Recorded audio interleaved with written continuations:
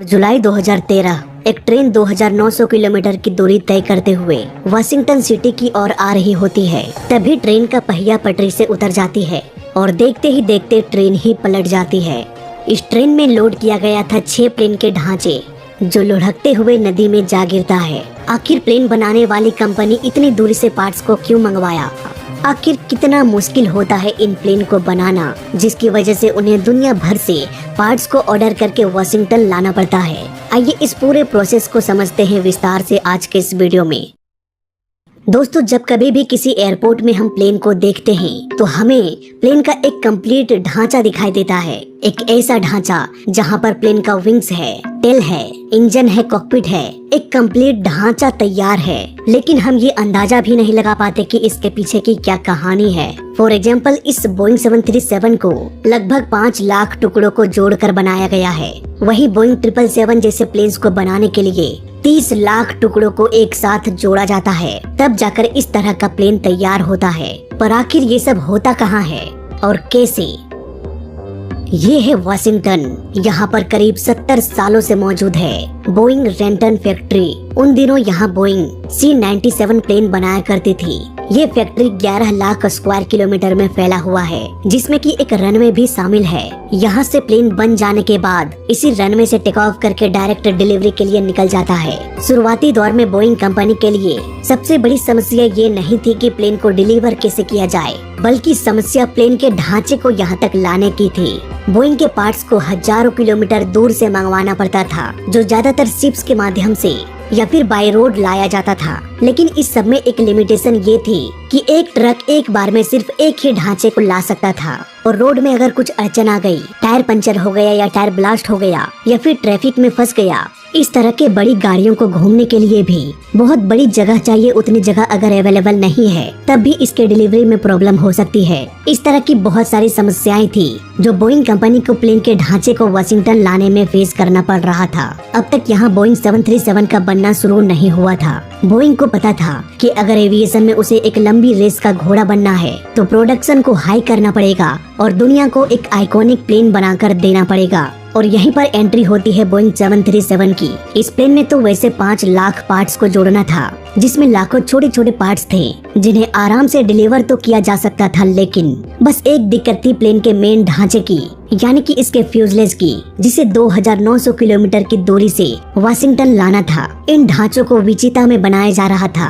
हालांकि वहां से बड़े कार्गो प्लेन्स में लोड करके आराम से वाशिंगटन लाया जा सकता था। इवन अभी भी लाया जा सकता है, लेकिन ऐसा नहीं किया गया क्योंकि वो कार्गो प्लेन भी ज्यादा से ज्यादा 1 या 2 प्लेन के ढांचे को ला सकता था। ऐसे में इस प्रोसेस में खर्चा भी बहुत अधिक था और बहुत कम मात्रा में प्लेन के ढांचे की डिलीवरी हो पा रही थी। यहाँ पर बोइंग ने रेल मार्ग बनाने का काम शुरू किया, जो कुछ ही सालों में कंप्लीट हो गया। इसके बाद सारे बड़े बड़े फ्यूजलेज को ट्रेन के माध्यम से बोइंग के फैक्ट्री रेंटन में लाया जाने लगा। ट्रेन से लाना एक बेहद ही स्लो प्रोसेस था, लेकिन अच्छी बात ये थी कि एक बार में दर्जनों ढांचों को फैक्ट्री तक आराम से पहुंचाया जा सकता था। ट्रेन के इस्तेमाल से बोइंग का बहुत सारा खर्चा बचने लगा। साल 1952 में बोइंग 707 बनाया गया। ये इसकी तस्वीर है। साल 1963 में 727 का निर्माण किया गया। इसके बाद साल 1967 में इंट्रोड्यूस किया बोइंग 737 को, जो आज भी इतने सालों बाद आसमान में उड़ते हुए नजर आ जाता है। यूं तो प्लेन को बनाने में 1 से 2 सालों का वक्त लग जाता है, पर इस पूरे प्रोसेस को मैंने 8 स्टेप्स में बांटा है। पहला स्टेप, फ्यूजलेज को वाशिंगटन में स्थित रेंटन फैक्ट्री तक पहुंचाना, जिसे एरो सिस्टम्स बनाती थी। ये फ्यूजलेज के अलावा पाइलॉन्स, इंजन के कुछ अटैचमेंट्स भी बनाती है, जिसे ट्रेन के जरिए ट्रांसपोर्ट कर दिया जाता है। यहाँ पर हाइड्रोलिक्स की मदद से इन भारी भारी फ्यूजलेज को सावधानी से उतारा जाता है और एक ट्रक में लोड करके इसे फैक्ट्री के अंदर ले जाया जाता है। यहाँ पर आगे का काम भी शुरू हो जाता है, जैसे कि इलेक्ट्रिक सिस्टम को इंस्टॉल करना, हाइड्रोलिक्स को फिट करना हो, बॉडी को इंसुलेट करना हो। इस तरह का काम शुरुआती दौर में किया जाता है। इसके बाद प्लेन के डोर को भी फिट किया जाता है। ये सब करने में ऑलमोस्ट 1 सप्ताह का वक्त लग जाता है। इसके बाद ये प्लेन अगले पड़ाव के लिए निकल जाता है। एक प्लेन बिना विंग्स के नहीं उड़ सकता, इसलिए दूसरे स्टेप में विंग्स को ही मजबूती से फिट किया जाता है, और ये विंग्स बोइंग कंपनी खुद अपने फैक्ट्री में ही बनाती है। लेकिन इस विंग में भी बहुत सारे ऐसे पार्ट्स होते हैं जैसे कि फ्लैप्स, विंगलेट्स, स्पॉयलर्स, एलिरॉन्स, ये सारे अलग अलग जगहों से बन के आती है। जैसे कि विंगलेट जो प्लेन के विंग के आखिरी छोर में लगा होता है, उसे यूके से सप्लाई किया जाता है। खैर, ये सब अलाइन करने के लिए फैक्ट्री के अंदर बड़े बड़े क्रेन्स होता है जो भारी से भारी वजनदार चीजों को भी बड़े ही सटीक तरीके से उठाकर धीरे धीरे मूवमेंट करा सकता है। ये सब करने में लगभग और 1 सप्ताह का वक्त भी लग सकता है। इसके बाद प्लेन तीसरे पड़ाव में आ जाता है। इस तीसरे पड़ाव में प्लेन के लैंडिंग गियर को फिट किया जाता है। बात करें बोइंग 737 के लैंडिंग गियर की, तो इसका लैंडिंग गियर दुनिया के सभी एयरक्राफ्ट से अलग होता है, क्योंकि इसका व्हील क्लोज होने के बाद भी हवा में एक्सपोज रहता है, बाहर ही रहता है। ये धरती पर 40 डिग्री सेल्सियस की गर्मी को भी झेलता है और 35,000 फीट के एल्टीट्यूड में -40 डिग्री सेल्सियस के कड़ाके की ठंड को भी झेलता है। यानी कि टेक ऑफ के बाद इसके प्लेन का टायर लगभग 80 डिग्री सेल्सियस टेम्परेचर के उतार चढ़ाव को झेलता है। इसके अलावा ये भारी भरकम प्लेन के ढांचे को भी झेलता है, इसलिए इसके लैंडिंग गियर को ढेर सारे टेस्ट से होकर गुजरना पड़ता है, तब जाकर इसका इंस्टॉलेशन किया जाता है प्लेन में। अगला पड़ाव, प्लेन में टेल को फिट करना। प्लेन के टेल में 2 मुख्य कंपोनेंट्स होता है, वर्टिकल और हॉरिजॉन्टल स्टेबलाइजर, जो प्लेन को लेफ्ट, राइट और अप डाउन करने में मदद करता है। हॉरिजॉन्टल स्टेबलाइजर को कोरिया से और वर्टिकल स्टेबलाइजर को जापान से मंगवाया जाता है। इन सभी को बड़े ही सावधानी और मजबूती के साथ प्लेन से अटैच किया जाता है, क्योंकि ये प्लेन को कंट्रोल करने में बहुत ही अहम भूमिका निभाता है। ऑलमोस्ट 20 दिनों के बाद वक्त आ जाता है चौथे पड़ाव की। यहाँ पर प्लेन में इंजन को फिट किया जाता है। बोइंग कंपनी ने CFM इंटरनेशनल से पार्टनरशिप किया है।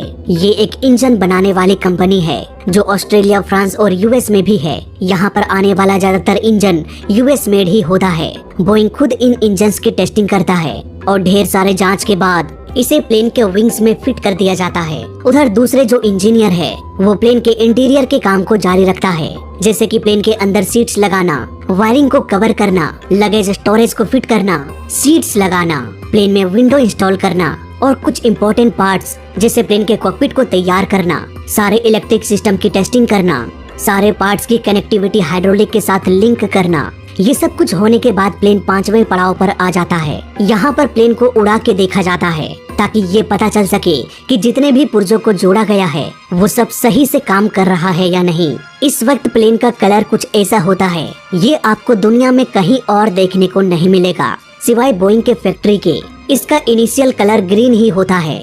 अगर आपको ये प्लेन उड़ते हुए दिखाई दे रहा है तो आप समझ जाना कि आप बोइंग के फैक्ट्री के आसपास हो और जो प्लेन उड़ रहा है वो 5वें पड़ाव पर पहुंच चुका है और अभी इसकी टेस्टिंग हो रही है। इस टेस्ट में पास होने के बाद प्लेन 6ठे पड़ाव में पहुंच जाता है।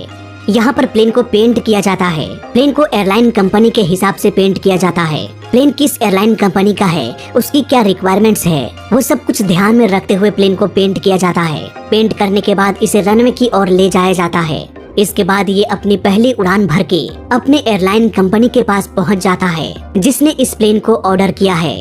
इसके बाद मेरे और आपके जैसे लोग इस तरह के प्लेन में सफर करते हैं। इतना सब कुछ करने में लगभग 1 साल का वक्त लग सकता है। हालांकि इसमें लगभग 36,000 लोग काम करते हैं और प्लेन का प्रोडक्शन इतना तेज होता है कि हर 1 से 2 दिन में एक प्लेन बनाया जा सकता है। ये इस बात पर भी डिपेंड करता है कि प्लेन की रिक्वायरमेंट कितनी है। तो ये था प्लेन का बनने का पूरा प्रोसेस। तो वीडियो अच्छा लगा तो लाइक कर देना, बुरा लगा तो डिसलाइक कर देना और दोनों ही केस में चैनल को सब्सक्राइब कर देना, क्योंकि इस चैनल में सीखने के लिए बहुत कुछ है। तो मैं मिलता हूँ आपसे अगली वीडियो में, तब तक के लिए देखते रहिए और सीखते रहिए। जय हिंद, वंदे मातरम।